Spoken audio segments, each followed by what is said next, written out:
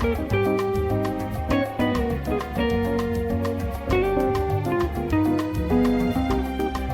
convidar a Heloísa Buarque de Holanda para vir ao palco.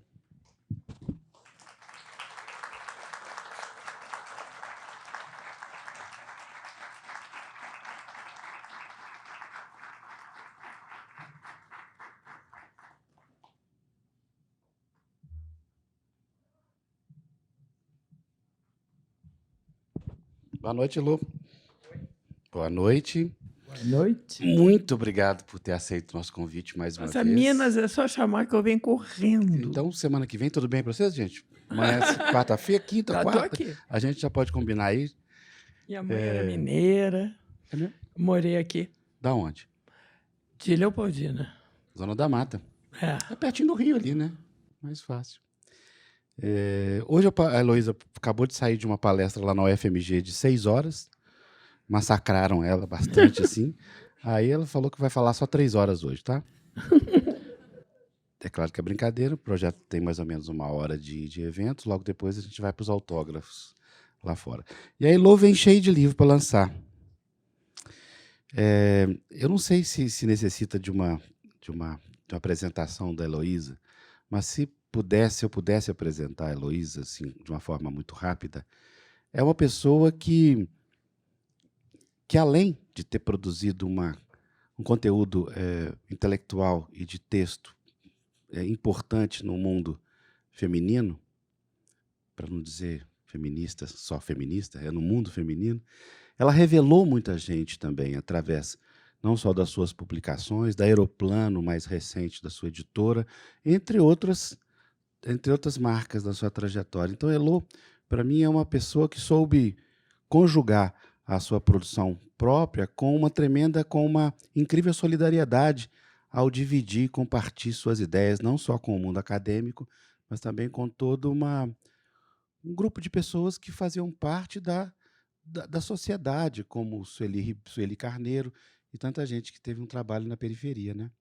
Eu falei isso aqui só para você ter uma gancho de você poder falar um pouquinho da sua vida. Sabe por quê? Porque tem muita gente... A geração muda, né, Lô? A gente está vivendo isso. Então, eu queria que você, para começar, e principalmente porque está sendo gravado, que você falasse um pouquinho da sua trajetória, tá? Pode começar, inclusive, pela sua mãe, que é mineira de Leopoldina. Minha mãe é mineira, de Leopoldina, e depois eu vim morar aqui. Passei 2 anos aqui, 4 anos, aliás. Quando eu era garota, eu tinha uns 7 anos. Belo Horizonte. Tudo mudou na sua vida, tudo partiu daí. Tudo partiu daí. Foi. Não foi? Foi, polvilho. Foi. Cheirei polvilho. Então, eu tinha uma pessoa totalmente normal, né, classe média. Aí veio o 68. 68 eu estava casada, era um casamento tão perfeito, era o príncipe encantado. Se perguntasse para minha mãe, era o príncipe. E aí veio 68 e a gente tinha obrigação de mudar o mundo e mudar a vida. Eu mudei tudo. A vida, o mundo eu não consegui, mas a vida eu mudei. Eu acabei com esse casamento, que era perfeito, e comecei a fazer milhares de coisas, de experiências, e eu não me ative à universidade, nunca. A universidade era uma coisa que, assim como o meu casamento, meu pai queria muito. Meu pai era professor da UFRJ, onde eu estou, e o meu pai levava os móveis dele para a universidade, ele só pensava nisso. E trazia os alunos para casa, era uma invasão. Minha mãe tinha um ciúme dele alucinante, a gente ficava rejeitado, aquela universidade invadindo a casa, invadindo, e o sonho dele era que eu fosse também da UFRJ. E no que eu fui, né? Fiz uma implicância rápida, que eu fui estudar grego, que ele não era exatamente o que ele queria que eu fizesse, mas eu estudei grego. Não posso dizer por quê, realmente não tenho ideia qual foi o momento que eu resolvi estudar grego. Mas eu fui estudar grego. Eu já estive na Grécia. Estudar é uma coisa, você aprendeu grego? Aprendi e esqueci tudo. Eu nunca vi uma língua tão louca no mundo. 5 anos, né, de universidade aprendendo grego. Não deu. Aí eu fui para os Estados Unidos com o meu marido, que fazia o mestrado lá, E eu descobri o Brasil de longe, assim como eu descobri o feminismo, depois eu vou contar de longe também. Você tem que sair para ver direito, né? E era uma loucura, porque era a Guerra do Vietnã, eu fui em 62, 63. Era a Guerra do Vietnã, era Janis Joplin, que morava na cidade dessa universidade, que era Harvard, e eu trabalhava num Instituto de América Latina. E aí era aquela burburinho com a América Latina naquele minuto, Fidel Castro, né? Era um clima pegando fogo o tempo todo. Aí eu fui Aí eu vi o Brasil, esqueci grego instantaneamente, e resolvi trabalhar só o Brasil. Aí voltei para cá, fui dar aula de literatura brasileira e me apaixonei pela coisa, pelo Brasil, mais que pela universidade. A universidade eu sempre quis e não quis. É um lugar que me causa desconforto. Mas eu fiquei a vida toda tentando duas coisas. Uma, trazer o que não era universidade para dentro da universidade. E a segunda era arranjar um espaço ali na universidade que eu não precisasse sofrer aquele engessamento da universidade, aquela burocracia gigantesca. Uma coisa eu nunca não era bom, a universidade não era bom, principalmente para mim, que vivi nos anos 70, no comecinho, aquele momento nos anos 60, pré-68, uma euforia na universidade, né? Era uma maravilha. Eu tinha faculdade de letras, tinha era um galpão de Portugal antigo. E então a gente não tinha parede, os cursos eram dados todos meio misturados, tinha as lideranças estudantis que entravam, tinha a artista que entrava no meio da aula. Era um lugar de produção de conhecimento compartilhado, que era um sonho. Aí veio 68, acabou total isso, né? Total. Os professores foram presos ou saíram, foram para o exílio, e a universidade ficou aquele vazio. Aí eu fiquei a vida toda, desde então, procurando aquela universidade, que não existia, né? Existiu rapidinho, só um pouquinho aquele tempo. E a de depois, ela perdeu o projeto, porque a universidade, no meu tempo, tinha um projeto de transformação social, tinha um projeto crítico, e depois ela perdeu esse projeto e ficou um lugar só pesado e muito autorreferente, a cultura alta, a cultura culta, os professores pareciam que trabalhavam para si mesmos. Eu fiquei assim, sempre meio com um pé lá e um pé cá. Aí eu fiz televisão, fiz cinema, fiz rádio, fiz imprensa, escrevi em jornal, eu fiz tudo que podia paralelo, assim, para poder não ficar me dedicada totalmente à universidade. E daí saiu o meu trabalho bastante, que é essa tentativa de articular a sociedade com a universidade, que é uma tentativa muito difícil, porque a universidade é muito reativa, mas muito adorável. Você entra numa viagem muito boa, digamos. Então, a primeira coisa, eu vou continuando assim a vida toda? O tempo inteiro. Aí a primeira coisa foi uma antologia que eu lancei chamada 26 Poetas Hoje, que era uma antologia de poesia marginal. Naquele silêncio que a universidade estava... Essa é qual editora? Labor. Faliu. A Labor era uma editora espanhola que me encomendou que ia lançar a marca no Brasil e me encomendou o número 1. E como estava a coisa da poesia marginal muito ativa nos encontros, nas coisas, era meio misturada com rock and roll, então era uma coisa muito viva, ele me convidou para fazer esse livro. Aí eu fiz uma antologia, 26 Poetas Hoje, que era dos poetas marginais, ou seja, não eram marginais da sociedade, eram marginais das editoras. Eles faziam seus próprios livrinhos, porque naquele momento as editoras estavam cheias de censura e etc. E eles contavam, era meio contracultural, eles contavam a própria vida naqueles poemas. Falavam de uma maneira muito engraçada, muito leve, e começou a juntar gente, começou a virar show de poesia. Eles tinham encontros gigantescos, eles tinham também sempre junto com bandas de rock and roll. Então, era uma coisa muito assim animada, e eu percebi que aquela poesia, todo mundo achava que era bobagem, mas eu comecei a intuir que ali estava o único testemunho possível dessa época em que a juventude, sob a ditadura, não tinha imprensa, não sabia das notícias, a universidade era um lugar de alto risco, porque, não podia aprender os autores que estavam marcados, eram muitos, e você estava sempre sob vigilância, né? A ideia era sempre que alguém ia te dedurar, alguém ia te denunciar. Então, você falava muito com muita dificuldade, muito assim, em cima de ovos. Então, eu fiz esse livro, e esse livro foi execrado. A crítica universitária odiou esse livro. Dizia que não era literatura, que não era, só tinha palavrão, que era uma poesia suja, que não merecia o nome de poesia e tal e coisa. E é interessante para a gente ver como a universidade não é permeável à sociedade. Essa geração ela estava mobilizando muita gente, estava falando muita coisa importante, mas, pelo estilo, foi considerado uma coisa muito menor, que não merecia excelência acadêmica, não merecia estudos e livros. E sabe quem são esses poetas? Ana Cristina César, o Ari Salomão, Torquato Neto, que, de repente, tudo virou cânone literário. Esse livro, naquela época, foi considerado uma droga, mas hoje ele é adotado em tudo que é vestibular.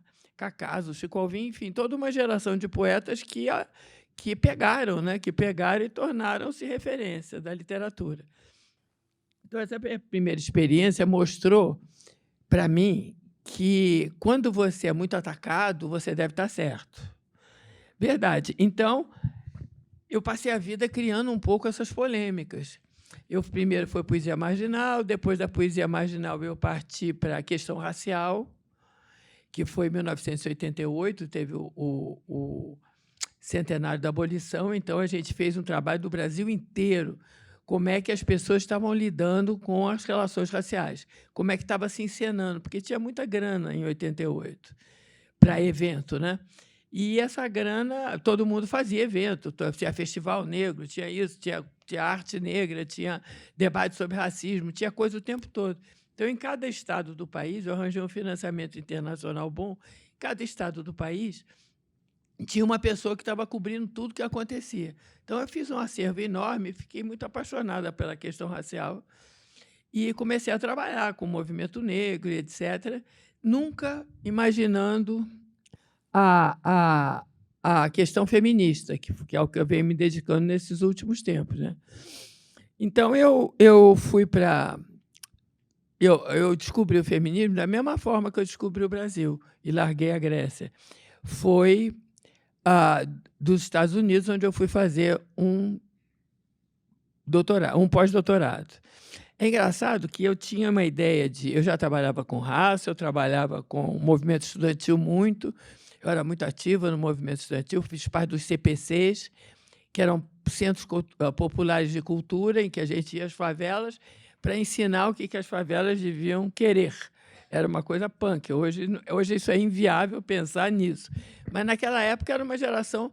Formou uma certa generosidade dos intelectuais dessa geração, que foram muito empenhados sempre. Eu acho que o povo dos anos 60 ele não largou esse empenho, até hoje, né?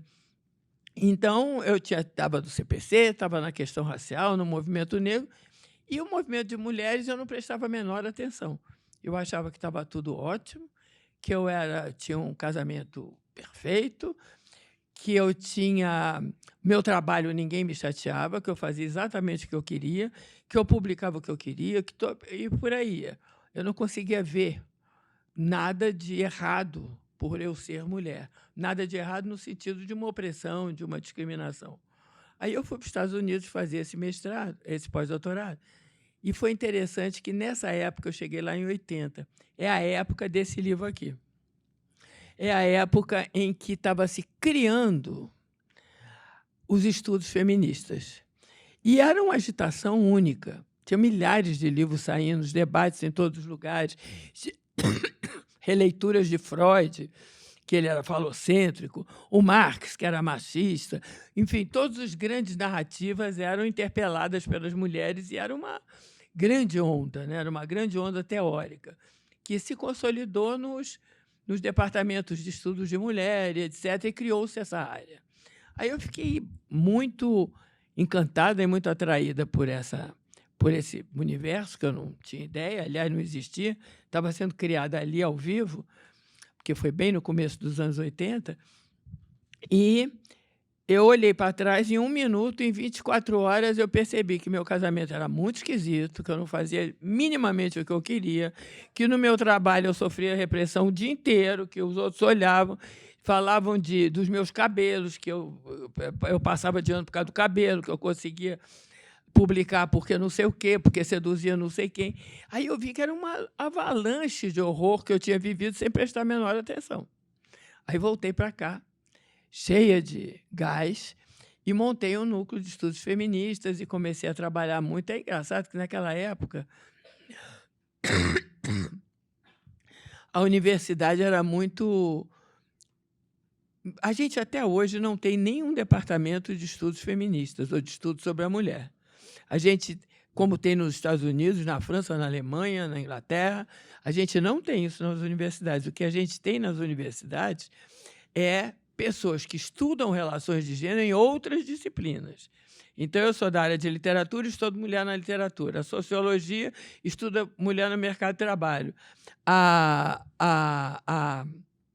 medicina estuda a saúde da mulher. Mas é sempre uma coisa escondidinha. Não tem aquela autonomia que tem os estudos sobre a mulher nos outros países. Isso é bem a cara da gente, das nossas relações de poder, né? Tudo muito ajeitado, assim. E eu queria abrir esse núcleo e levei lá para a congregação da Faculdade de Comunicação, onde eu estava. Quando eu voltei, eu queria imediatamente abrir, né? Pelo menos um núcleo. Se do apartamento não tinha, um núcleo. E foi engraçadíssimo, porque lá na congregação da Escola de Comunicação da UFRJ, o diretor disse o seguinte: mas que ideia é essa? Mulher não tem nada a ver com comunicação. Por que você quer botar isso? Eu falei, ops! Aí, como tudo que a gente faz no Brasil, eu abri um núcleo chamado Estudos Contemporâneos e botei a mulher, né? Porque a gente dá isso, né? Lá fora, talvez, se eu estivesse nos Estados Unidos, eu teria feito um escândalo e proposto, e vinham milhares de pessoas juntas, propor num departamento, não sei o quê. Não, mas eu dei um jeito e passou, foi. Aí fiz várias publicações, várias coisas, militei muito na academia sempre, querendo fundar esses estudos, etc. Até que, eu estou falando assim muito por alto, depois você me reestimula. É só um menu. Aí, dos estudos de mulher, é engraçado que lá pelos anos 90, 90 e tal, começou um declínio desses estudos e do próprio feminismo como ativismo. Começou um silêncio, a geração que veio depois não comprou essa ideia. Foi interessante, pulou-se uma geração, né? Ou duas, talvez. Então, o que veio depois não deu, não tinha mais, a universidade parou, apareceram os estudos gays ou queer, que são muito mais interessantes que os estudos sobre a mulher. Até eu fugi para o queer e fiquei estudando a coisa queer, a coisa gay, que era muito mais rico, era muito mais interessante, teoricamente mais petulante, digamos, do que os estudos de mulher, que eram bem comportados. Aí eu fiquei lá Aí eu estava posta em sossego, já apenas em declínio, já meio desinteressado dos estudos feministas, e comecei a perceber duas coisas que apareciam assim no horizonte que iam dar samba, que era a periferia, que eram as periferias das cidades, que no começo dos anos 90 começaram a aparecer com voz própria, com uma cultura própria, uma cultura que não era de raiz, uma cultura meio pop, de mistura, né? De centro e periferia, com rap, com relações internacionais. Você tem o rap alemão, tem o rap do cigarro. Então, a ideia do pobre, da favela que eu conhecia, com raiz, com samba de raiz, a coisa sumiu e apareceu uma outra cultura misturada, moderna, contemporânea, cheia de gás e com muita criatividade, que apareceu na cena cultural. Eu disse, opa, fiquei prestando atenção. E, ao lado, teve a famosa 93, é criada a internet. Então, apareceu outra avalanche, né? Ali vinha uma classe média que vinha se formando e veio tsunâmica, né? E, do outro lado, tinha a internet, que mudou os hábitos, mudou absolutamente tudo. É uma coisa que foi feita para a guerra. A ideia da internet veio como resistência à guerra de Washington, foi feita em Washington, no Estado Maior, E a internet é descentralizada, você não pode pegar quem fala, é dificílimo você pegar quem fala. E aí, isso aí era nitroglicerina pura, é óbvio. Então, veio uma geração inteira, mudou tudo, mudou o jeito de você fazer as artes, porque antigamente, para fazer um filme, você carregava aquele equipamento enorme, não sei o que lá, hoje com telefone você filma, mas depois começou câmera digital, enfim, foi uma mudança muito rápida, em muito pouco tempo. Aí eu fiquei dedicada a trabalhar nessas duas áreas, na área da literatura digital, do livro digital, dos possíveis formatos de uma poesia digital e da periferia que vinha, né? Eu me apaixonei mais pela periferia do que pelo digital, apesar dos dois estarem se cruzando muito. Se você quiser hoje saber o que está fazendo o Sérgio Vaz, que é um poeta que criou os saraus de grande impacto na Zona Sul de São Paulo, se você abrir agora a internet, você vai saber, porque eles registram absolutamente tudo o que fazem, em tempo real. E então, eles ganharam uma potência incrível. A cultura da periferia foi longe, né? Reuniu o Brasil inteiro. Então, você tem coisas de Pernambuco, do Amazonas, então, as periferias, mais ou menos, começaram a se cruzar e produzir e dominar a cultura. Hoje, meus netos dançam funk sem parar. Ai de mim se quiser botar outra coisa. E é festinha de família. E, então, é uma cultura que vem ganhando e vem se impondo, né? Então, eu fiquei trabalhando na periferia, fiz vários projetos, fiz um grande projeto de exposição chamado Estética da Periferia, com o Gringo Cardia. Depois, aliás, com o Gringo, nós trabalhamos todos os projetos que eu fiz com periferia. Ele foi um super parceiro. A gente pensou o seguinte: a fazer um protótipo para ver como é que essa coisa ia se formatando, que estava começando nos anos 90, né? Então, a primeira coisa que a gente fez foi... a primeira coisa foi pensar o que era favela, o que era periferia. E a gente começou a perceber que aquelas pessoas da periferia, como eu disse, não tinham estado sempre lá. Era mais migração. Era uma pessoa que, por exemplo, vem da Paraíba e não tem para ganhar dinheiro, porque no seu local não estava conseguindo sobreviver. Então, vem ganhar dinheiro aqui para mandar dinheiro para a família e trazer, eventualmente, a família para a capital. Então, ele vem para cá, não tem muito onde morar, muito cara a moradia, fica numa favela. Aí ele fica numa favela, mas ele vai ganhar dinheiro no centro, porque na favela ele não vai ganhar dinheiro. Então, ele vai ou para a construção civil, ou, no caso de uma mulher, que é mais próximo de mim, vai ser empregada doméstica no centro. E ali vai acontecer alguma coisa com essa moça que veio da Paraíba, porque ela entra numa casa, ela olha e tem um quadro que a patroa diz: não mexe, porque isso vale bilhões. Ops, nunca tinha ouvido falar nisso. Aí tem um perfume X, aí tem uma roupa, uma comida esquisita que ela aprende. Uma coisa que ela começa a ser permeada por uma cultura de centro, de elite. Ela começa a tomar contato. Aí ela volta para a favela e lá, se você olhar para a favela, assim como a gente fez, mapeando mesmo, é um laboratório inacreditável de centro, raiz e periferia. Porque esse dinheiro que ela ganhou na casa da madame e que trouxe no bolso para a favela, ela vai ao correio e manda para a mãe dela na Paraíba. Então, o que você tem como cultura da periferia é um fluxo de vai e vem. Não é uma coisa estática, não é um problema estático, não é um nicho, é uma coisa que se mexe o tempo todo. E então a gente pegou esse conceito e fez vários projetos. Fez a exposição da Estética da Periferia, que foi muito interessante, porque a gente botou a garotada da periferia para trazer o que eles achavam bonito, que eles faziam a curadoria de objetos. Então, veio aquela curadoria e o Gringo Cardia, que é um senhor cenógrafo, fez uma expografia fantástica para aquilo, com luz, com sei que, aí botou no Centro Cultural dos Correios, que é um lugar muito nobre do Rio de Janeiro, de arte. Então, esse deslocamento causou um bom impacto. Você via com outros olhos, né? E é interessante porque eu, que sou de 60 e culpada, eu achava que a gente tinha maquiado aquela cultura. Porque tinha roupa de lurex, tinha bota, eu estou achando que vai ter um casebre. Eu estou achando que vai ter pobreza. Não tinha pobreza nessa exposição. Era tudo muito brilhante, muito colorido. Tinha grafites com traços japoneses, enfim, tinha móveis engraçadíssimos, interessantes, de design local, feito com sucata. Enfim, tinha rappers que ficaram tocando o tempo todo, que é uma coisa americana, da Jamaica, né? Então, eu falei, gringo, a gente maquiou esse povo. Aquilo é uma miséria, a gente fez, isso é maquiagem. Aí, quando eu vi o livro de visitas, porque tinha aqueles ônibus que traziam todas as periferias para visitar, eles diziam assim, pela primeira vez fomos bem representados. Eu me reconheço nessa exposição. Aí eu caí a ficha e falei, eu não entendo mesmo disso.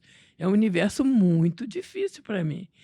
O que eu projeto sobre periferia não é o que existe. Então, aí a gente continuou esse protótipo. Eu fiz uma série de livros chamado Tramas Urbanas, que eram livros que estava todo mundo fazendo tese já, né? Os antropólogos, sociólogos, fazendo tese sobre periferia. Então, eu peguei os protagonistas das periferias para escreverem sobre o seu próprio trabalho. Então, teve essa coleção chamada Tramas Urbanas, que é uma coleção grande, de muitos livros. Depois, a gente fez a Universidade das Quebradas, que é a paixão da minha vida, que é levar a periferia, não os artistas, tem muito intelectual na periferia, né? Então, trazer os intelectuais das periferias e os artistas das periferias para ir trocar ideia e trocar saber com a academia, dentro da academia. É engraçado que a gente foi expulso de 2 lugares, na sequência, porque não tinha excelência acadêmica. Vai para a periferia ensinar as coisas para a periferia. Eu falei, não, eu quero que a periferia hackeie a universidade. O conceito está aqui. Quem vai ganhar com isso é a universidade, não é a periferia. Aí, da periferia, surge, de repente, essa 4ª onda feminista em que eu estou glu-glu até hoje, né? meia mergulhada. Né? Pois é, isso que eu queria saber. Tem alguma relação entre essas ondas nas quais o feminismo surge e depois emerge com a academia, ou com a política, ou com essas coisas todas juntas? Você já conseguiu mapear um pouquinho? A primeira onda, ela é do século XIX, que as demandas são direitos civis, quer dizer, o direito de votar, e direito à educação, que era uma coisa que as mulheres eram proibidas e estavam muito interessadas. Então, eram só as 2 demandas muito fortes. E no Brasil foi incrível, principalmente no Nordeste, o que apareceu de mulher escrevendo. Tem uma imprensa no século XIX de mulheres incríveis, abolicionistas e pelo voto, e escrevendo poesia, escrevendo conto, enfim, tem uma movimentação muito grande. Aí depois arrefeceu e vem essa é a chamada primeira onda internacionalmente, né? E brasileiro também. Na segunda onda, você tem os anos 60. Os anos 60 foi uma explosão. Você estava num momento de alta voltagem, né? Com a Vietnã, com a mudança... Enfim, 60 é a imaginação no poder, é uma coisa de uma juventude inteira que começou a falar, não falava. Jovem não era uma categoria, passou a ser quase uma classe.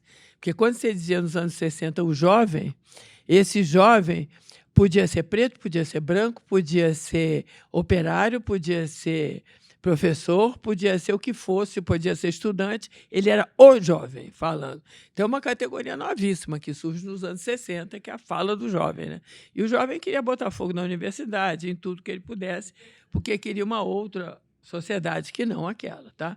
Isso foi muito possível porque, historicamente, nos anos 60, você tem maior abundância econômica que a história da economia mundial já ouviu falar.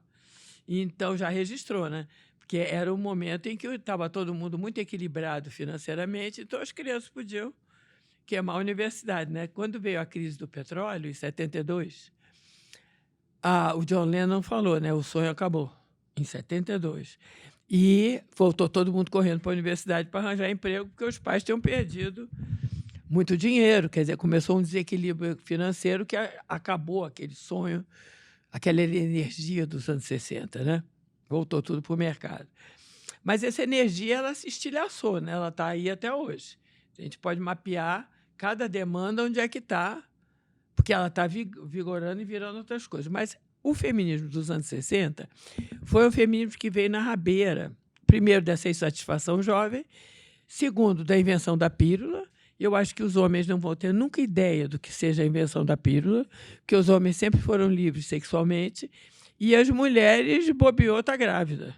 Então, a invenção daquela coisinha enlouqueceu o mundo, porque você ganhou a liberdade. Você podia ter seus princípios e não procurar a liberdade. Quando foi exatamente? Mas você podia.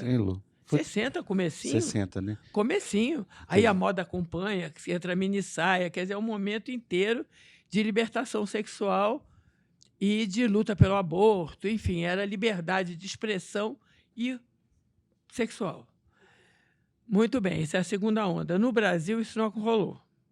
Isso não rolou por quê?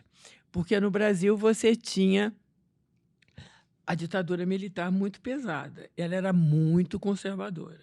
No dia seguinte do golpe, o que a gente viu foi uma marcha gigantesca por Deus, pela pátria e pela família. Então, as feministas não tinham muito lugar. Então, o Estado muito conservador, muito opressor. A igreja era totalmente avançada naquele momento, era a instituição mais progressista que o Brasil tinha. Você tinha as comunidades de base, você tinha a teologia da libertação, a igreja protegia as pessoas que eram contra a ditadura, guardava... Enfim, era um espaço único de resistência à ditadura e de continuar aquele projeto de transformação social. E aí as feministas iam começar a falar de aborto para perder seu único aliado? Podia. Então a igreja calou a boca da bandeira dos anos 60, que era o aborto e a liberdade sexual. Então o nosso feminismo ficou tapado pelo Estado, tapado pela igreja, emudecido pela igreja e, o pior, emudecido pela esquerda. Porque a esquerda era enorme, quer dizer, a esquerda era uma frente ampla, não tinha especificidade, todo mundo que era contra a ditadura era da esquerda. Então, essa esquerda dizia para o feminismo, cala a boca, porque a causa é muito maior, a gente está em plena ditadura, não é a hora de ver o problema de mulher agora. Então, a esquerda a qual elas pertenciam também não, jovens, também não deixava o feminismo acontecer. Então, foi completamente diferente a segunda onda feminista no Brasil. Tá? As mulheres fizeram uma coisa maravilhosa, que foi, já que não pode, a gente vai minar a instituição. Então, começaram assim que a ditadura acabou, já tinha tudo absolutamente preparado, quer dizer, já tinha negociações com Tancredo Neves, e elas ganharam um Conselho Nacional de Direito da Mulher com status de ministério, abriram o SOS Mulher, abriram delegacia de mulher, todos os estados tinham suas secretarias de mulher, que é coisas que você não vê no resto do mundo. Aqui ninguém podia falar, ninguém podia se manifestar, mas começou a trabalhar, como o feminismo era branco de elite, naquele momento, aquelas pessoas têm seus cadernos de telefone, têm suas redes sociais. Então, foi fácil para falar com o governador, falar com esse, falar com aquele.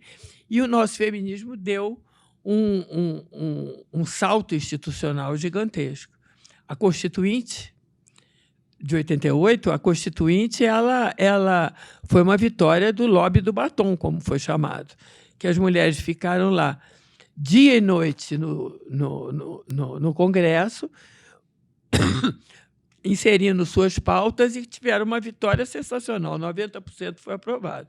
Nós temos atualmente a Constituição mais progressista e mais moderna em questões de direitos da mulher que tem no mundo. A gente não bota em prática, né? Mas que tem. Se quiser recorrer, está lá. E então, o nosso feminismo foi assim. Essa segunda onda foi mais... Aí vem a terceira onda, que é a onda teórica, essa que eu presenciei, que eu contei para vocês.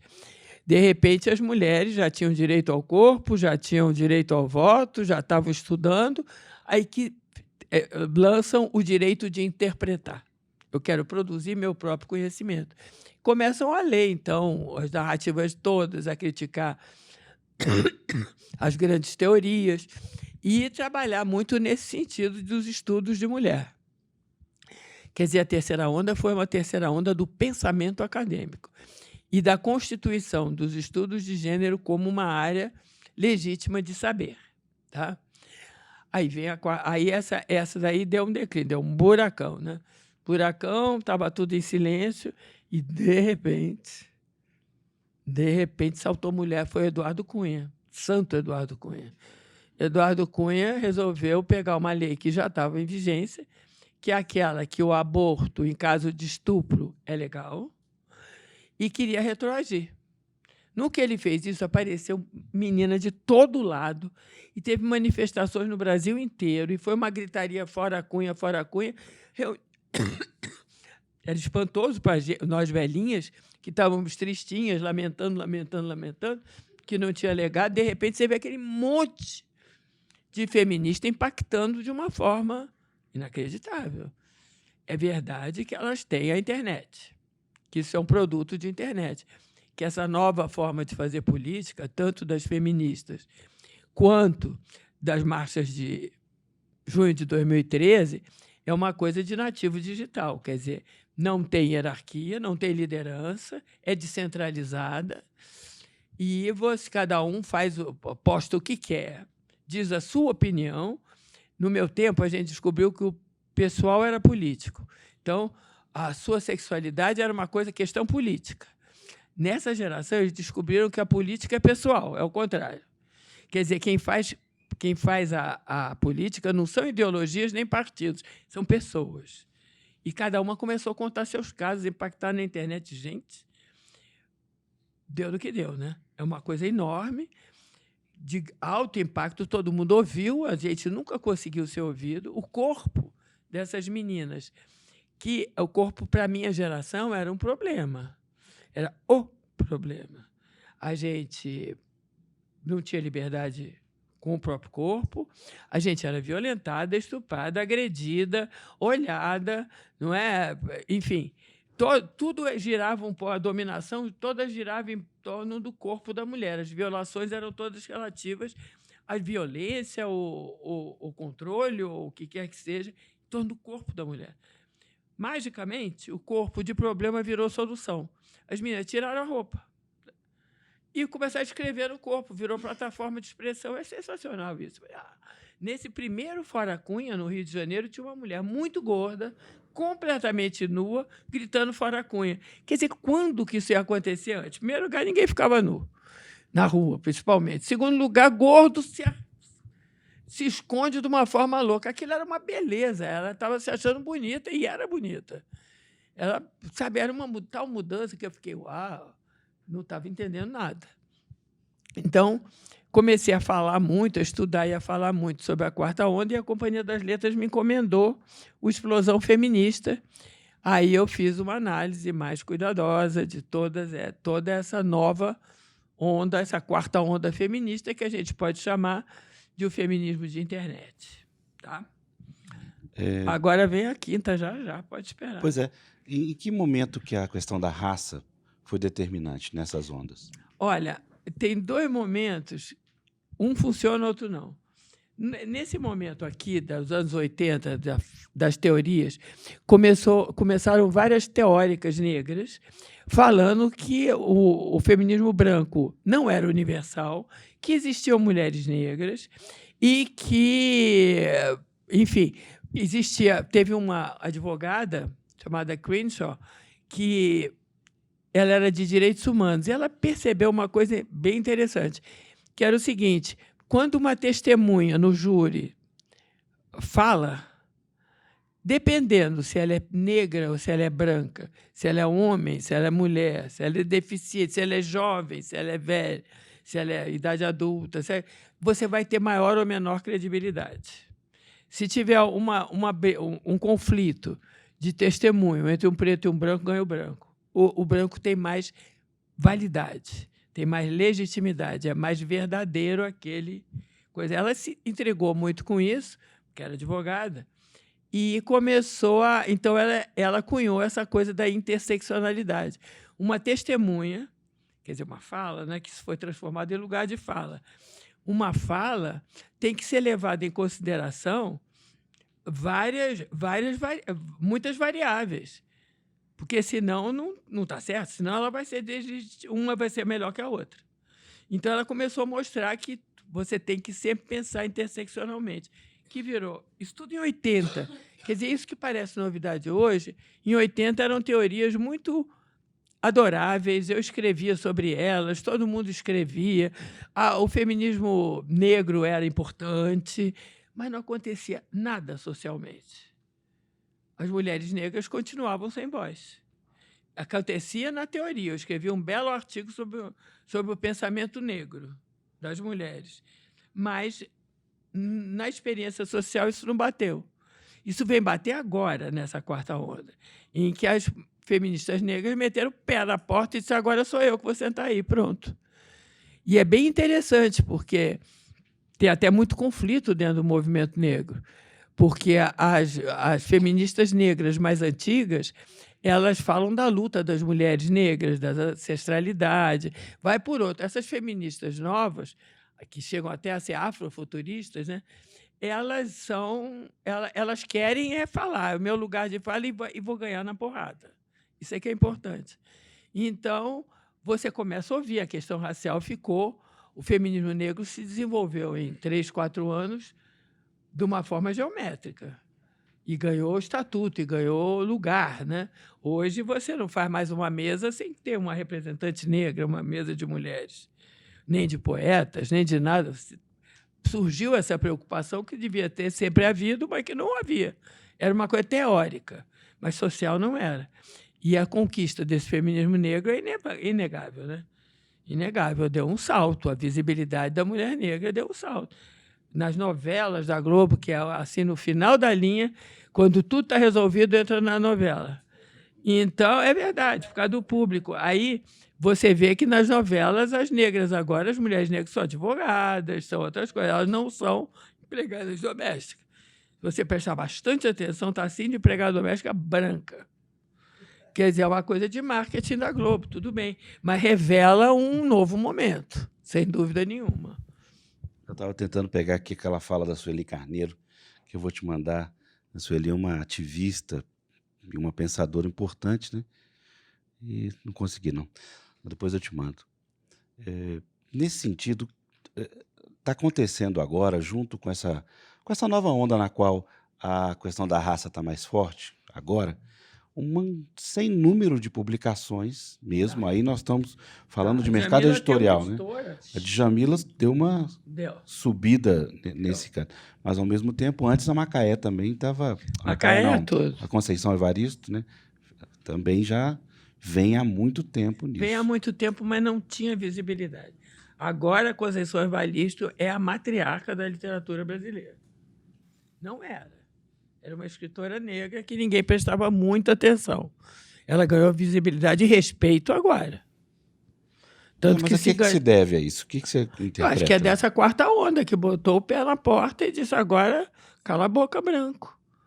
O que é muito importante que seja feito. O problema é que o branco fica sem poder falar. Eu conheço as feministas brancas, ficam assim, pisando em ovos. O que vai falar? Porque é branco, porque é universal, não é. Não sei o que. É muito difícil você ser uma feminista branca. Se for branco e heterossexual, então, aí está perdido. Aí não tem voz mesmo, né? E eu acho que é importante que a gente agora estude um pouquinho branquitude, porque realmente o pensamento branco... Isso é bom, isso. Mas como é que se coloca isso num momento tão... Como? Eu sou curador de festival, né? A gente tem que sempre fazer uma coisa bastante misturada hoje, né? Não tinha, não, né? Isso é novo. Ai de mim se faça um festival com pessoas não, eu acho que isso que tem não que entrar represente. Em pauta para as mulheres brancas, porque isso é a Sueli que diz, você tem direito, mesmo sendo branco, de ser antirracista. Como é que você expressa esse antirracismo se você não pode falar da questão negra, da questão racial? É complicado. Eu acho que a gente tem que botar em pauta a branquitude. Você tem que ver o que é ser branco é ter muito privilégio. Então, você ficar quietinha, amedrontada, só ouvindo, não está certo também. Sabe? Porque agora é assim, tem que ter escuta. Escuta, agora quem vão falar são as negras, as asiáticas, as indígenas. A branca cala a boca, eu não acho legal. Porque, inclusive, ela detém um capital, né, Afonso? Ela tem poder, a branca. Então, o que eu acho que tem que fazer é você escutar, sim, mas, além de estudar, um pouco se olhar e ver o que você pode. Você tem um privilégio. Como é que você pode socializar esse privilégio? O que você pode fazer? Você pode fazer isso, fazer uma exposição em que você tenha uma percentagem alta das outras mulheres, a indígena, a negra e tal coisa.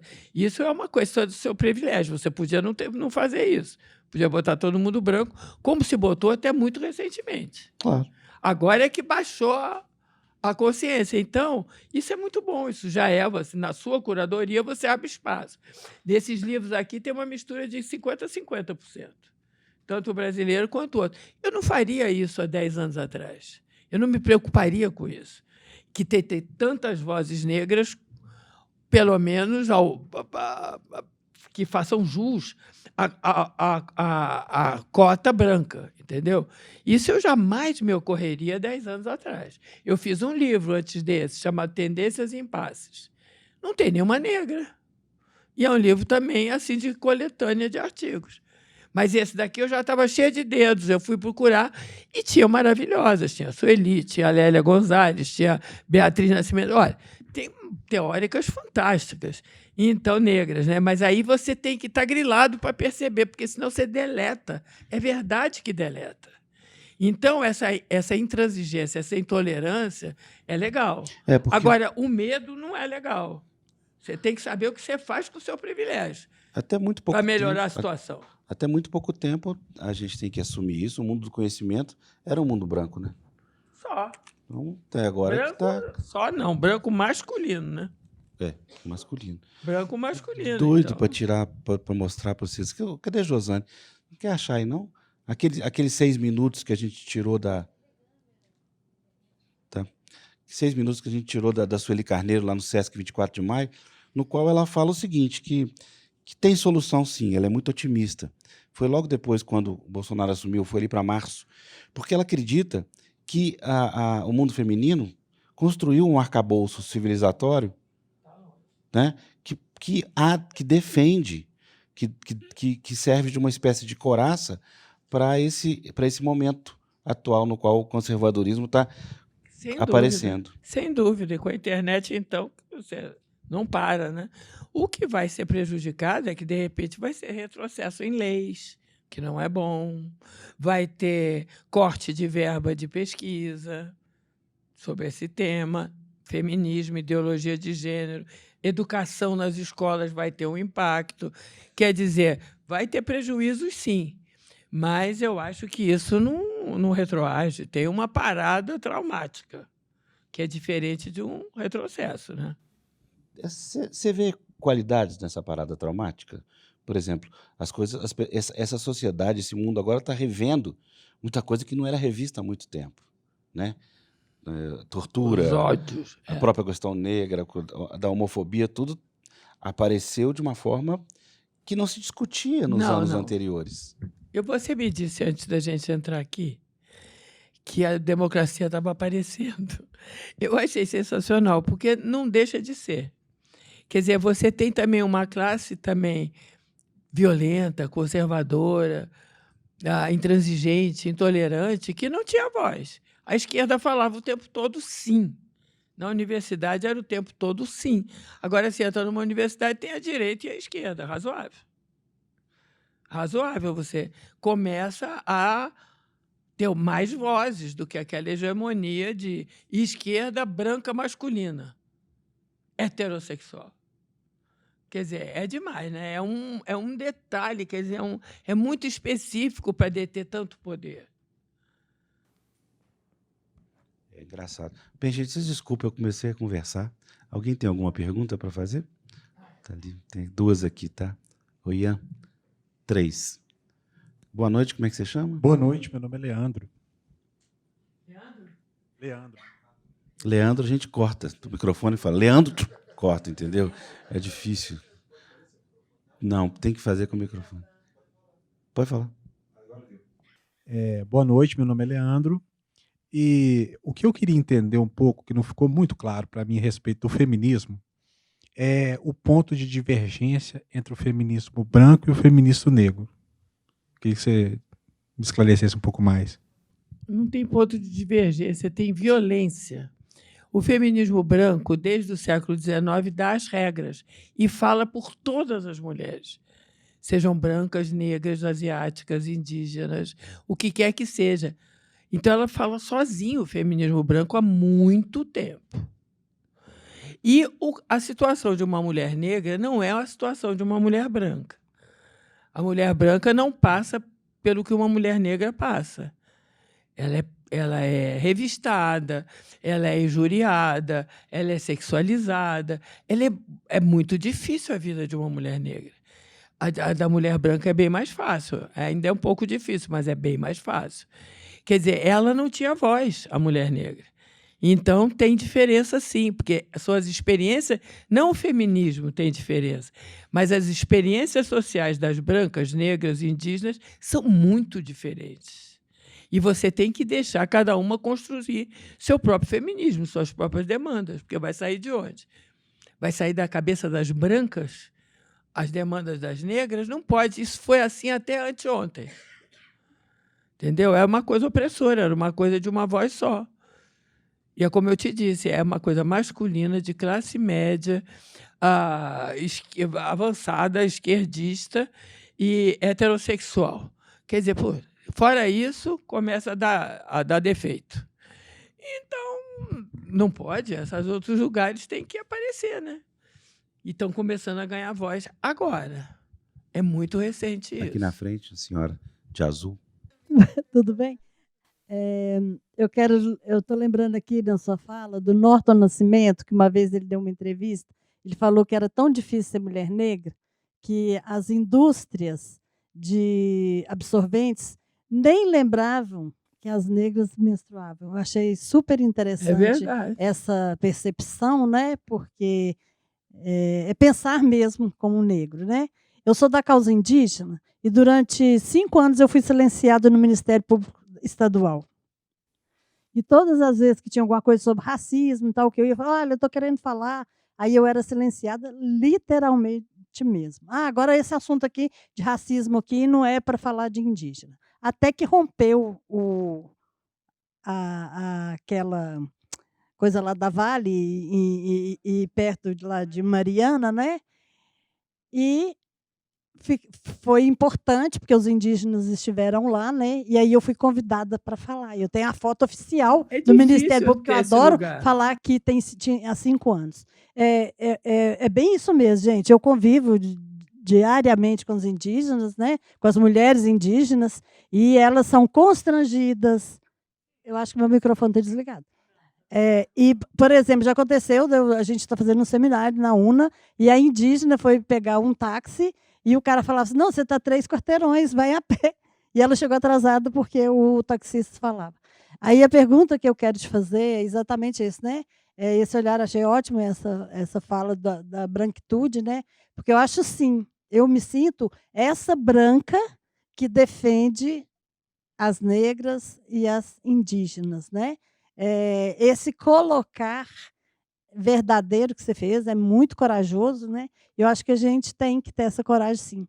E tomara que você ajude, né, Afonso, a falar mais disso para a gente pegar a carona. Acho que sim, Obrigada. porque a gente tende a retrair, né?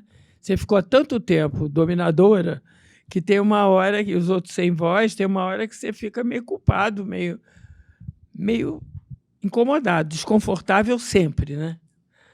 Mas eu acho que não, é hora da gente falar com o nosso privilégio para ver se faz uma reforma agrária do privilégio branco. Reforma agrária do privilégio branco. Alguém anote isso aí, por favor. Reforma agrária do privilégio. Boa noite, como é que você chama? Boa noite, meu nome é Gabriele, e eu sou estudante de História lá na UFMG, e a gente está fazendo um debate assim, sobre... A gente já usou o seu livro, inclusive, sobre gênero e tal, sexualidade...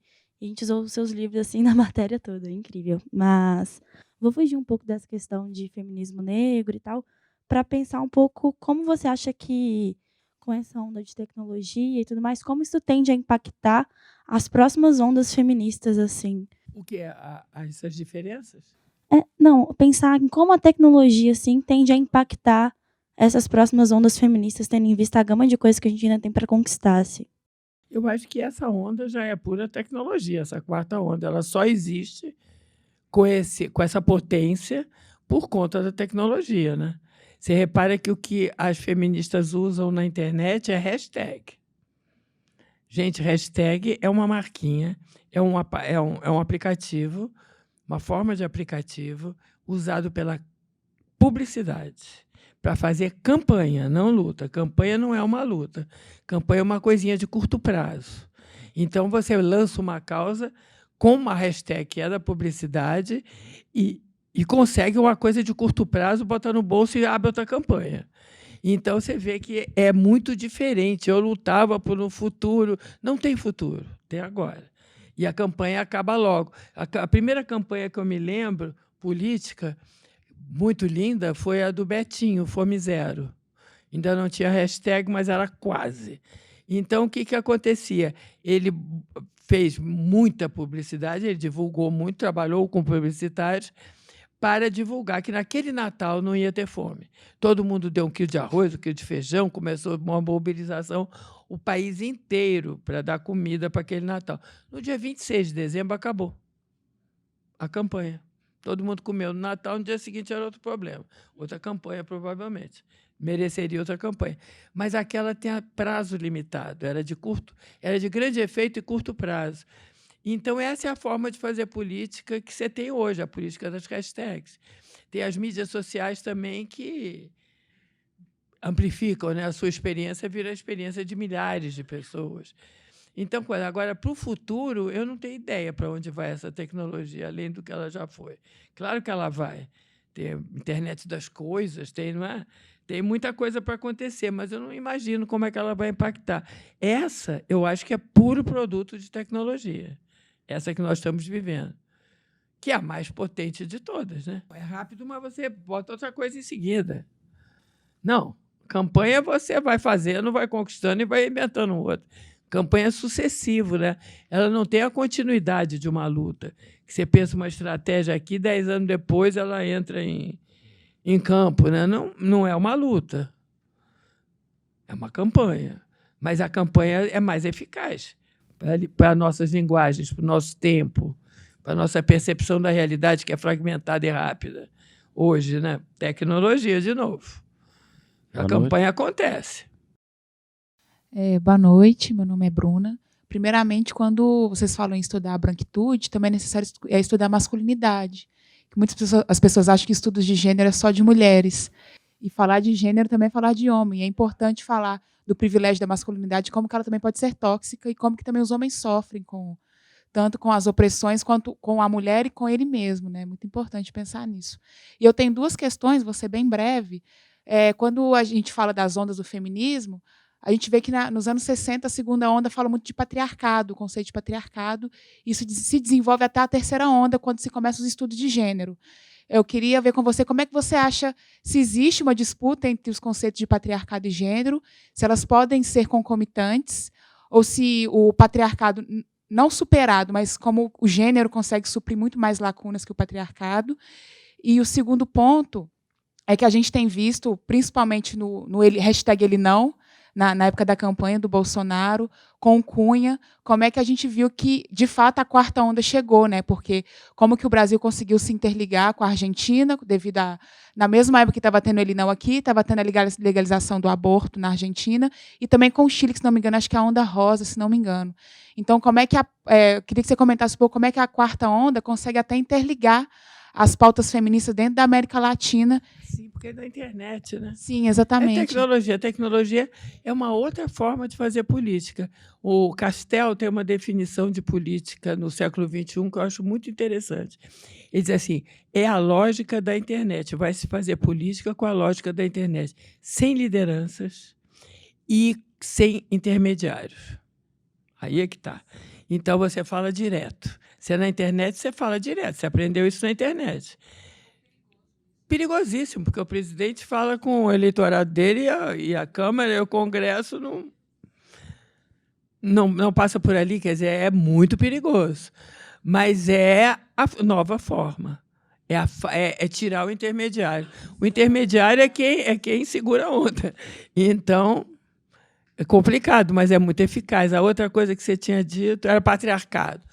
A coisa do patriarcado, eu queria dizer uma coisa que eu acho que tem a ver com o patriarcado no capitalismo.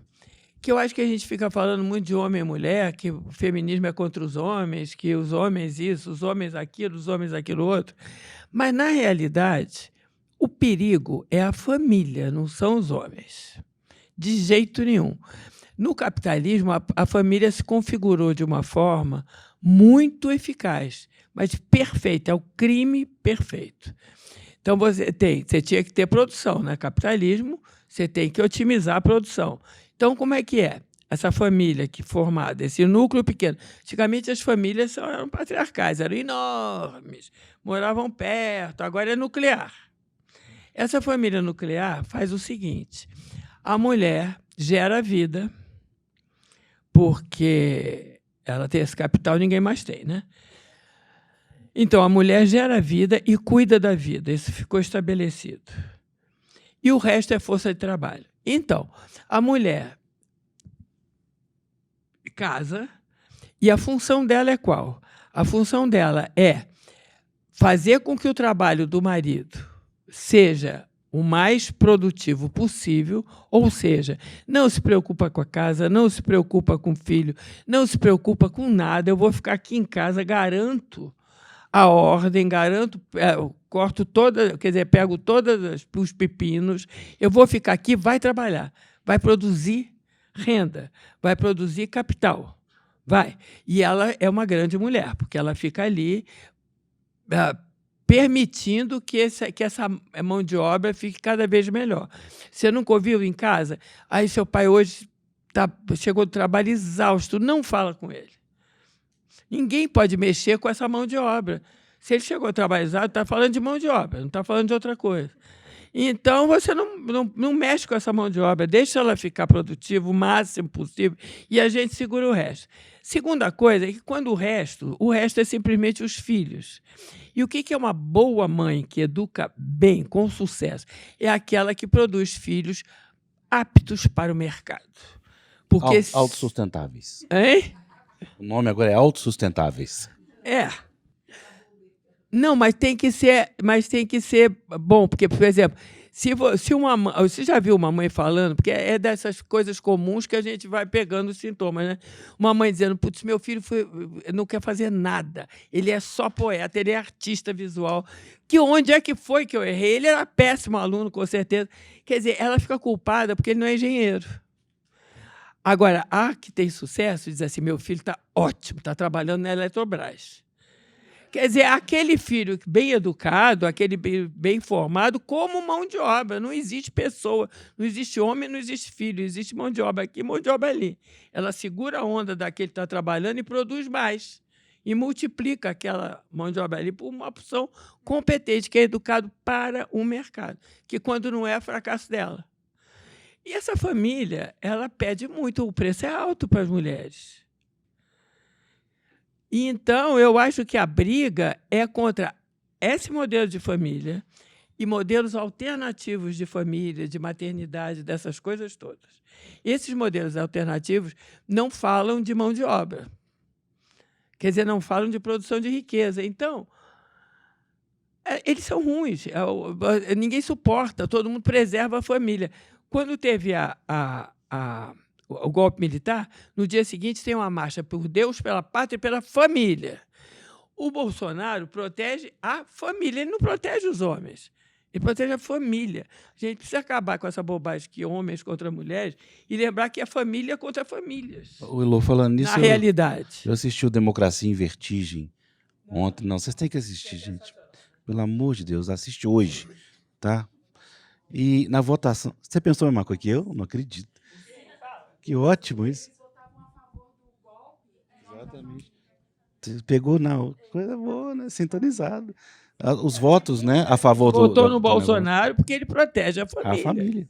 A família é uma peça, é um crime perfeito. É uma peça fundamental para a economia girar como ela gira.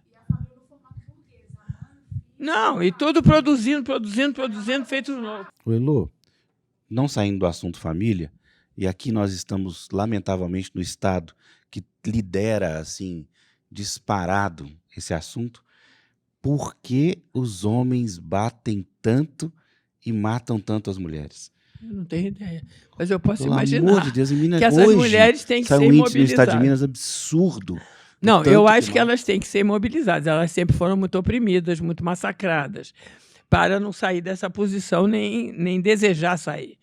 Agora, no tempo do Freud, por exemplo, qual foi a gracinha do Freud? Ele descobriu que histeria era uma doença, era um sintoma, não era uma doença.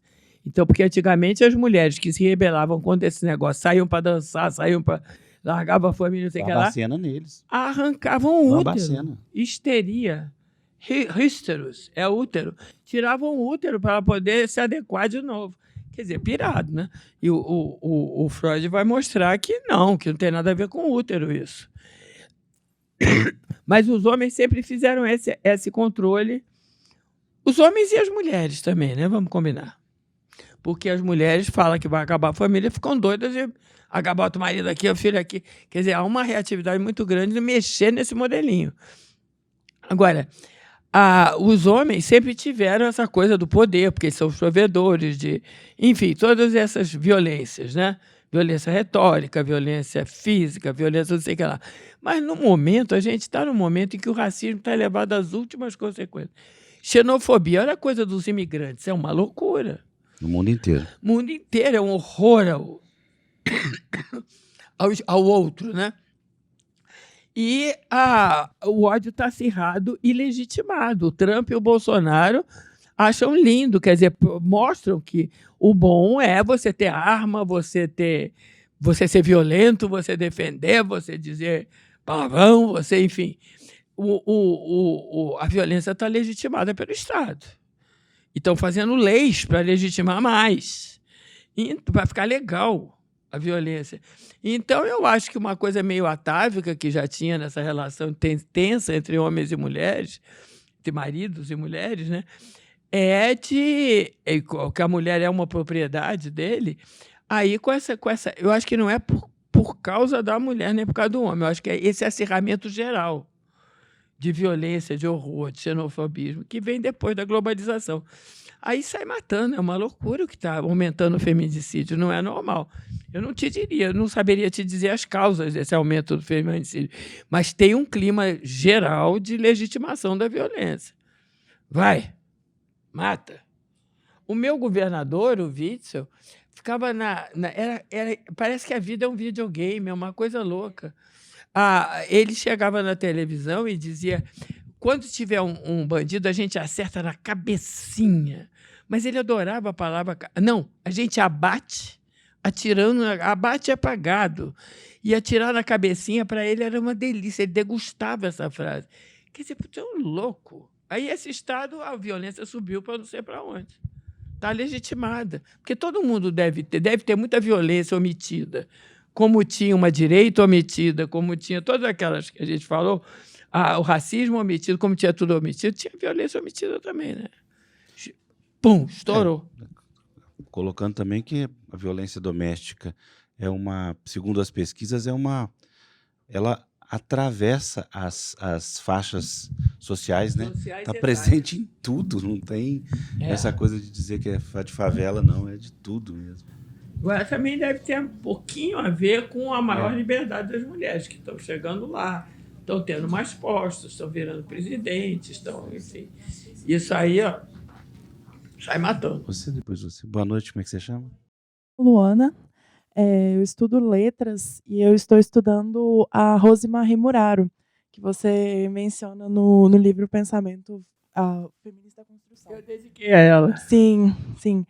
E eu tenho uma pergunta voltada para o mercado editorial, assim.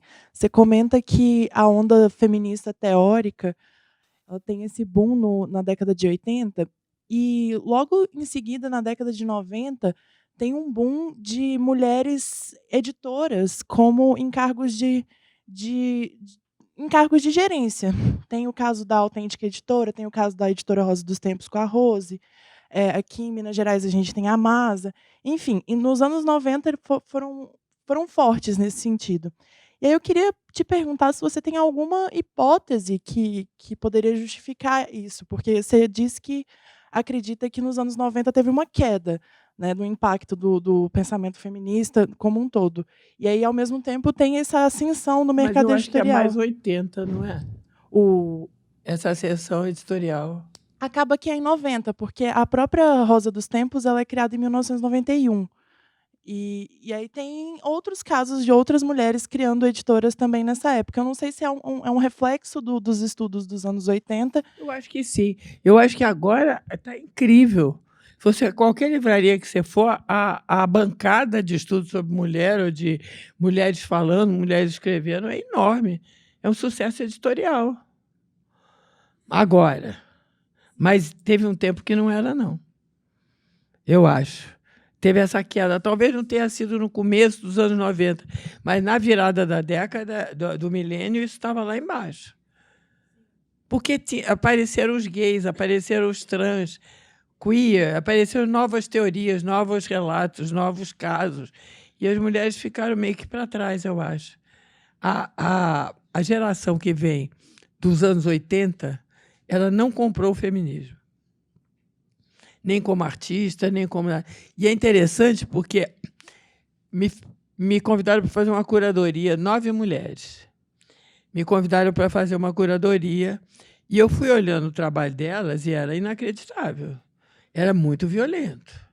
Eram facas, sabe? Não era exatamente o que a gente imaginava. E quando é o que a gente imaginava, que é rendinha, pérola, não sei o que lá, era um simulacro disso. Era uma crítica a isso. Era assim, sabe, a ostra precisa ser ferida para gerar uma pérola. Aí tem a Ana Miguel, tem muito tricôzinho, mas são todos violentíssimos, se você for olhar.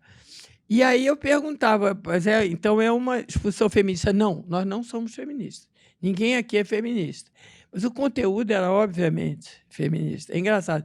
Essa geração não pegou essa coisa, apesar de, na sua produção, mostrar o avanço do anterior.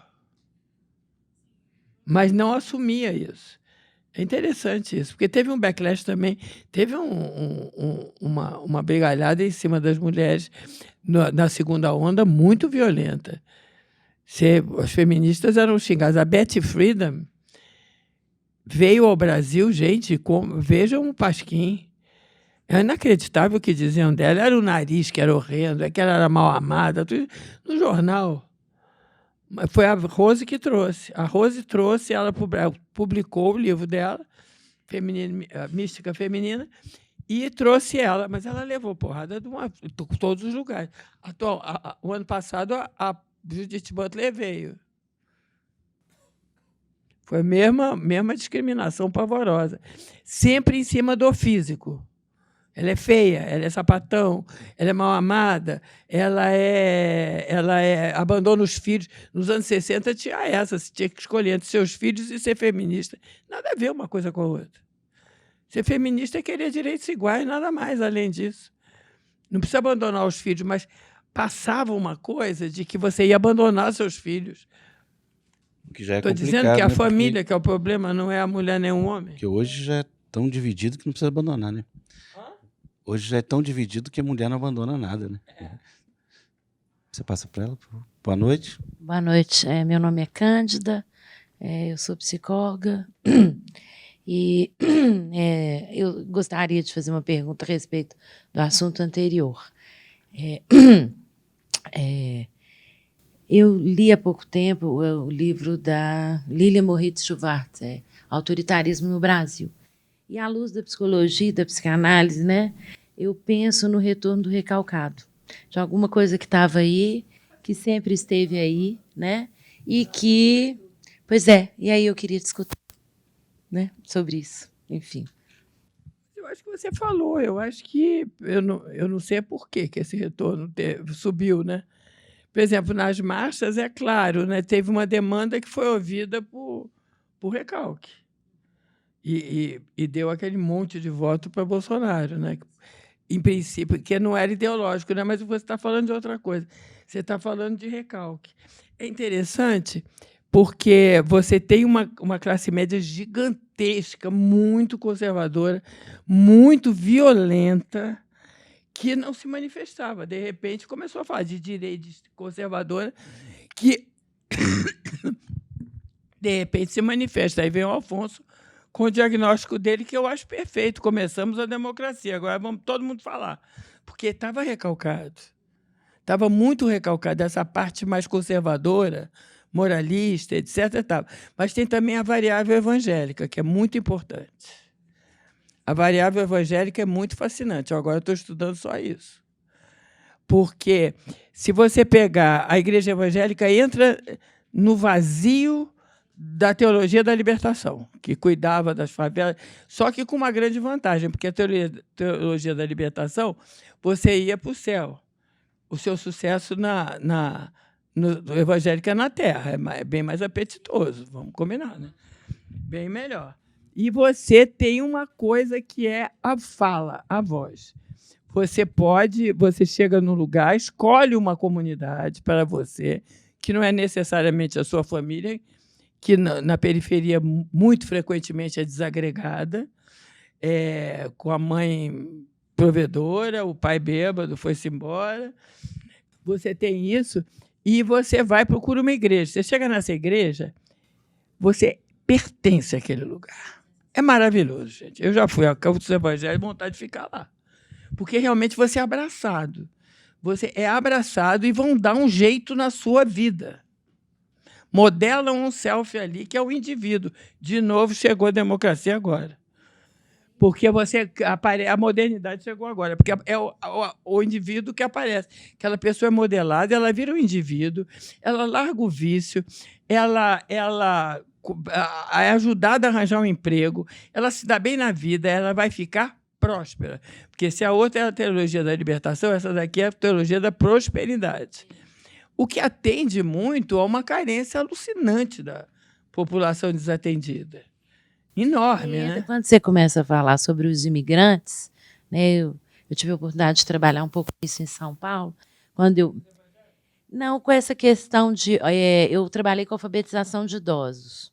E aí a gente via numa ONG, essa questão assim, da igreja evangélica entrar nesse lugar justamente da orfandade, daquele que vem do interior, que ele deixa de ser alguém, ele não é o Zé, filho do Paulo, ele é ninguém.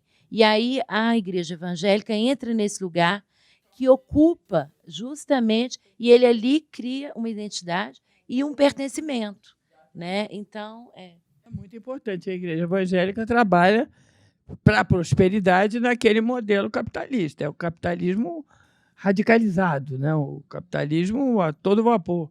Então, isso também estimula essa desrepressão, né? do reprimido. Isso também estimula, porque a população evangélica hoje é enorme no Brasil e no mundo. No Rio de Janeiro, especialmente. É crescente, é enorme, enorme, enorme. Nas periferias, inicialmente, agora no MAS. Agora as classes médias, tudo. Gente, vamos fazer as duas últimas perguntas. Boa noite, como é que você chama? Boa noite. Me chamo Kellen. A minha dúvida é se tu vê, por exemplo, eu entendo o feminismo a partir de leituras que eu já fiz como um movimento político e que produz suas próprias teorias ou suas interpretações de teorias que já existem.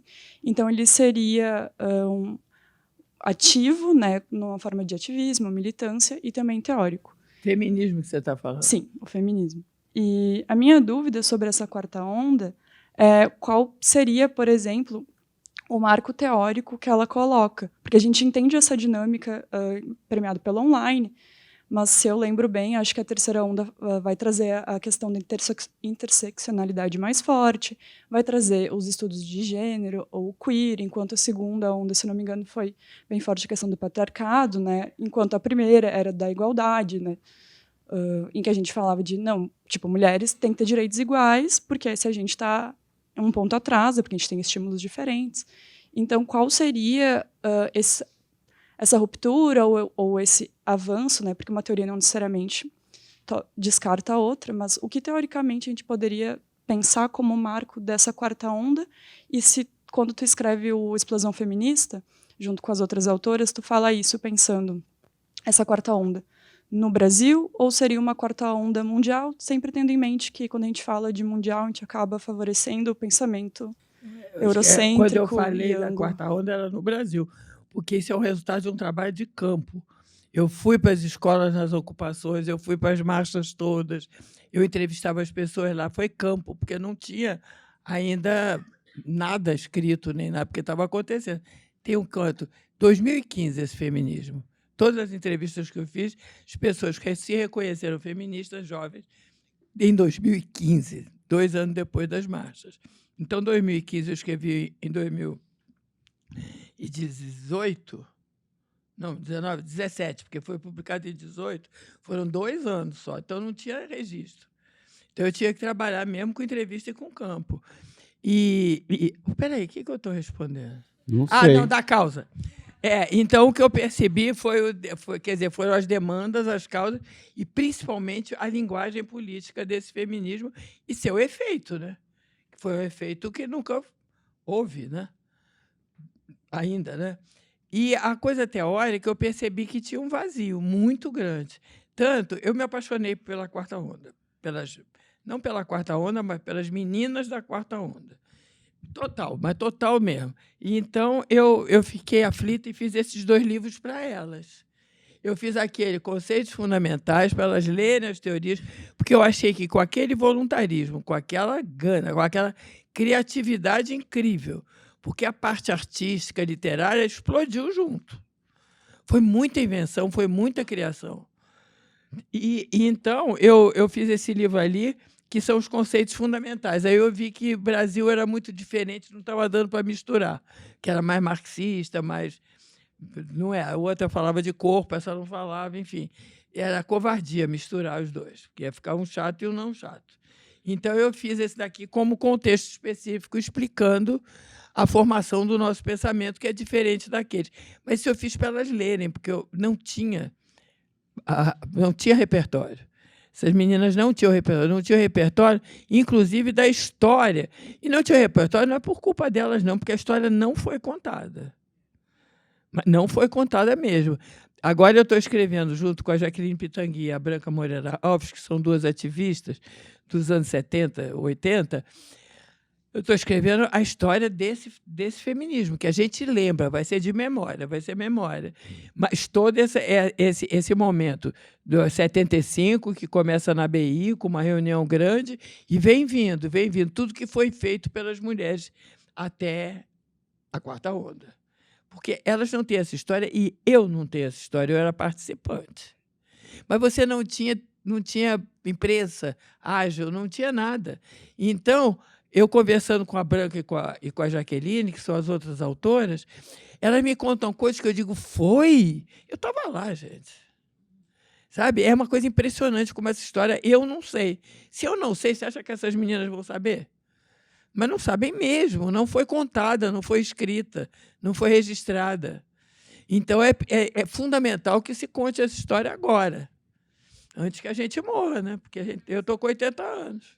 É parcial, é o recorte, é sempre parcial. Você não conta a sequência da história, você não registra essa história. Eu fiz sobre literatura, por exemplo, nos anos 80. Eu fiz a história da literatura de mulheres, outra fez não sei o que lá, eu fiz um livro chamado Ensaístas Brasileiros. É tudo picotado, a história não foi reconstituída. Então, as meninas não sabem. Eu acho que a gente tem que registrar essa história, porque vai se perder. Essas pessoas vão morrer. Eu tenho 80 anos, a outra tem 79. Quer dizer, está mal. Quer dizer, a gente vai escrever esse livro e as teorias dá para resgatar, né, ainda, porque foram publicadas cá e lá. Mas a história não foi, ele não tinha mídia para isso. Não tinha impacto nenhum, público também. Perdeu. Vamos lá, tem 3 perguntas de homens eu aí. respondi. Mais ou menos. Não, acho que não.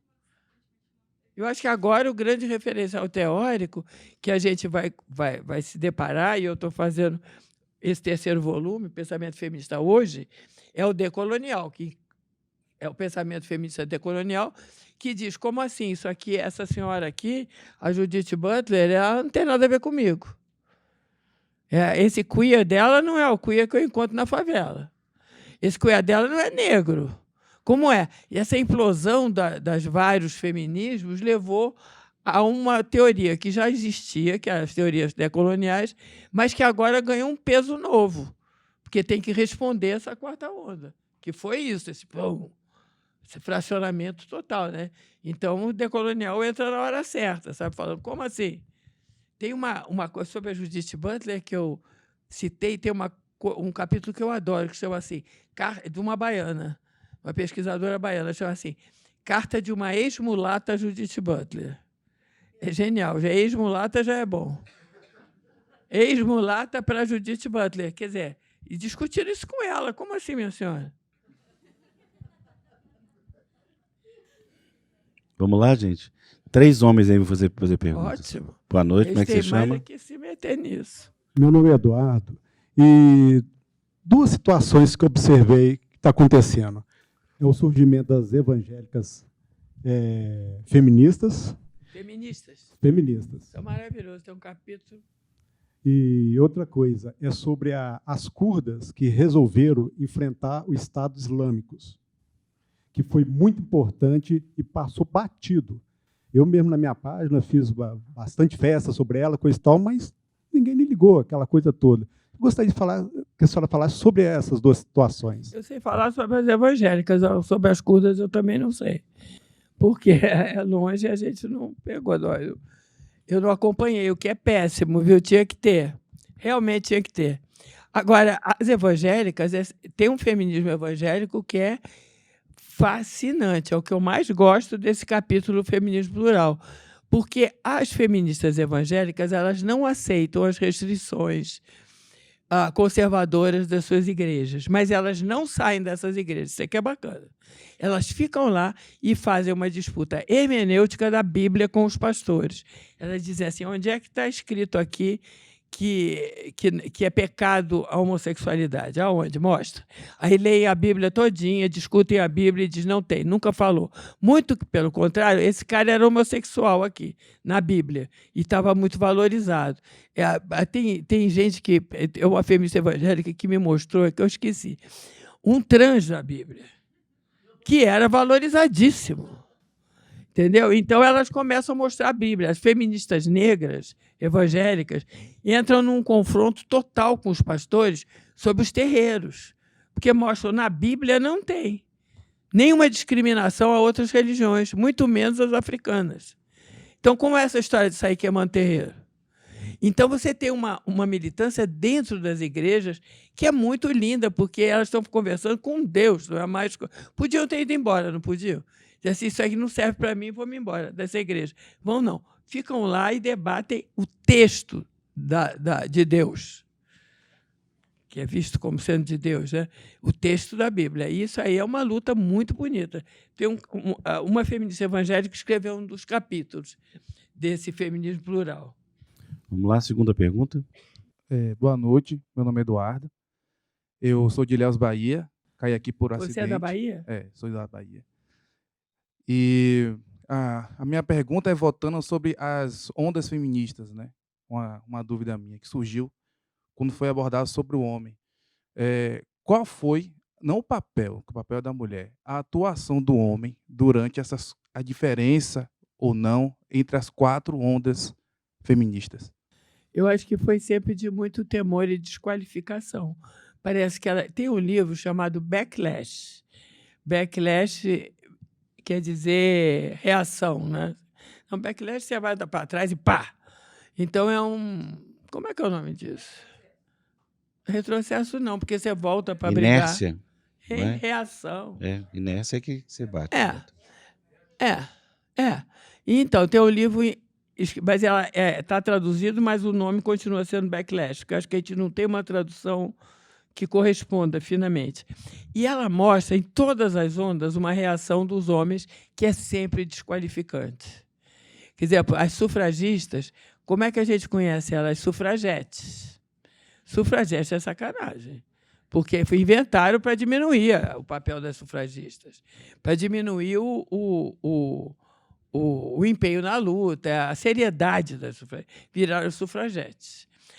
Nos anos 60, o que eu relatei aqui, ela mostra todas essas frases, inclusive médicas. Tem várias, na medicina, tem mostras de que você, sendo feminista, você altera a prole, você altera emocionalmente, você começa a alterar a biologia das pessoas. É uma maluquice, está lá nesse livro. Quer dizer, começa a observar que você muda o seu metabolismo, sua coisa hormonal e a outra, porque são sentimentos que agitam o sistema hormonal. E também os filhos, e pode ter efeito nos filhos. Fora isso, tem toda aquela crítica que abandona os filhos, que mulher que faz sucesso não arranja um namorado, que sai de casa... Enfim, é uma lista, ela tem um capítulo gigantesco, com todas as frases que foram ditas, científicas também, contra as feministas da segunda onda. Na terceira onda, não me lembro de ter acontecido muito nada, mas foi guetificado. É uma coisa que não bate nas outras ciências, né? É muito difícil e produz conhecimento. As teorias feministas produzem um conhecimento novo. E ele não é levado a sério para outras disciplinas. E ninguém usa uma teoria de gênero para estudar matemática, mas tem. Então, aquela fica guetificado. Pensamento feminista é coisa de mulher, ali fica. Pronto. Então, não impacta nos outros saberes. E essas novas viraram moralistas. É sensacional. Você não ouviu nunca dizer que essas meninas são moralistas, que não gostam de assédio? Quer dizer, não gosta de ser paquerada? Não gosta de ser paquerada? Quer dizer que são broxas? Quer dizer que são todas sapato? Quer dizer que... Eu escuto muito homem falar, eu não digo nem moralista, é um termo que eu odeio, que chama de feminazes, que é a coisa mais extrema feminazi também. Da coisa. Boa lembrança, feminazi também, porque elas estão determinadas a mostrar o seu lugar, a ficar no seu lugar. Feminazi, mas moralista é que eu acho engraçado, que não gosta de homem. O que não é verdade. Você não querer ser estuprada não é porque você não gosta de homem. Você não querer sair na rua e ter que botar roupa adequada para não ser olhada, ter piada, não sei o que lá. Você tem que controlar seu figurino. As meninas querem usar a roupa que elas quiserem, o decote que elas quiserem, usar de short. Sai de short de noite numa rua. Você vai ouvir o que não quer. Quer dizer, então, elas são chamadas de moralista. De moralista por causa de que não gostam. Aquele Me Too lá, a Catherine Deneuve, as francesas, fizeram um manifesto contra, que as mulheres não gostavam de homens, são moralistas, não gostam de ser assediadas. A Catherine Deneuve disse que queria ser assediada pelo menos uma vez por dia. Ela não sabe o que é um assédio. Ela não andou num trem popular de noite vindo do trabalho, ela não andou. Ela anda de chofer, num carro com filtro preto, e não vai sofrer assédio mesmo, deve estar querendo um assédio, mas o que ela chama de assédio não é o que as mulheres chamam de assédio, principalmente das classes mais populares, que voltam de noite do trabalho. Então, as mulheres estão interferindo nas famílias. Eu vejo muito dessas meninas falando com as mães, sabe, tendo mais consciência por causa das filhas, e com os pais, e com os namorados. Eu acho que tem um avanço, isso não tem dúvida nenhuma. Os homens estão também querendo cuidar de bebê, estão querendo... Há uma mudança sensível nesses últimos tempos em relação aos homens. Eles estão apoiando as lutas das mulheres, uma grande parcela está. Então, eu acho que a gente está num momento assim, espero eu, de transição. Gente, falando em transição, é o momento de fazer a transição da autora para os autógrafos. Beleza?